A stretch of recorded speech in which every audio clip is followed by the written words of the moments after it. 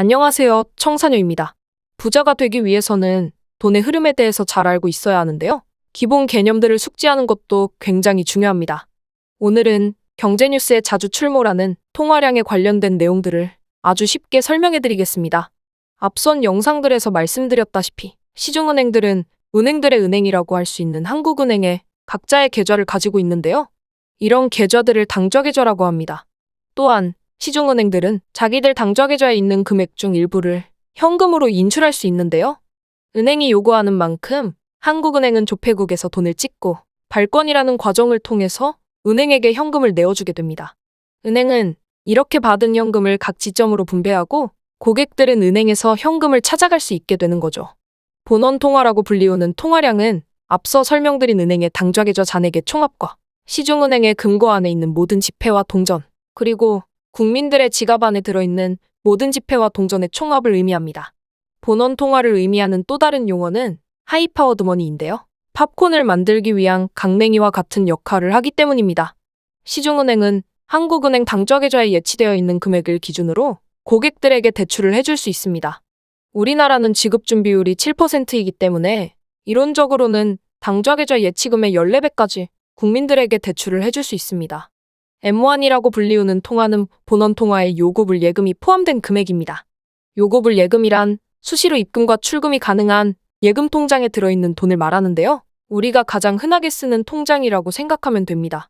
M2는 M1에 2년 미만의 정기예금, 정기적금과 같은 금융상품이 포함되는데요. 흔히들 적금을 깬다라고 표현하죠. 이들 금액들은 즉시 현금으로 꺼내서 쓰기는 어렵지만 약간의 수수료를 낸다든지 약간의 손해를 본다든지 하는 방법으로 현금화가 가능한 것들입니다. 일반적으로 통화량이라고 하면 M2까지를 많이들 이야기하지만 좀 더 넓은 개념도 있습니다. 2년 이상의 예금이나 적금, 비은행권 예수금, 더 나아가서는 국채, 회사채, 기업보험까지 포함되는 LF나 L이라는 개념도 있습니다.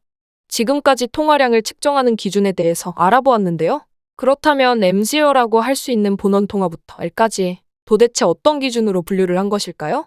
정답은 바로 유동성입니다.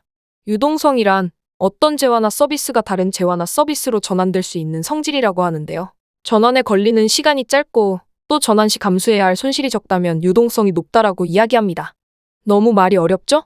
현금에 가까울수록 유동성이 높다. 현금화가 쉬울수록 유동성이 높다라고 이해하시면 편하실 것 같습니다.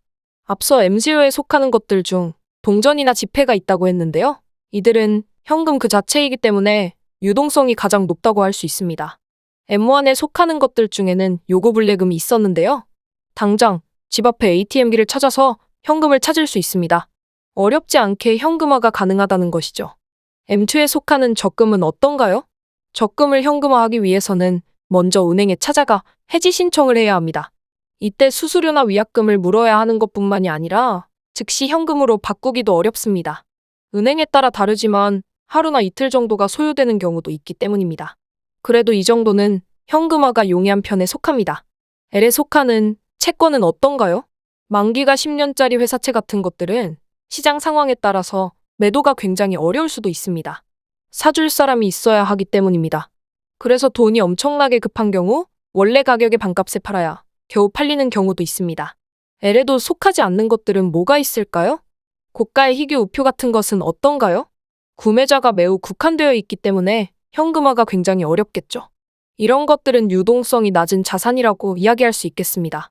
오늘 영상을 통해 통화량을 어떻게 구별하는지, 또 유동성이 무엇인지에 대해서 알게 되셨을 텐데요. 통화량과 물가는 굉장히 밀접하고, 물가는 금리를 올리고 내리는 결정적인 기준점이 된다는 점만 상기해 보아도 통화량이라는 게 얼마나 중요한 개념인지 아실 겁니다. 오늘 영상은 여기까지이고요. 언제나 여러분들이 부자 되는 길을 함께 하겠습니다.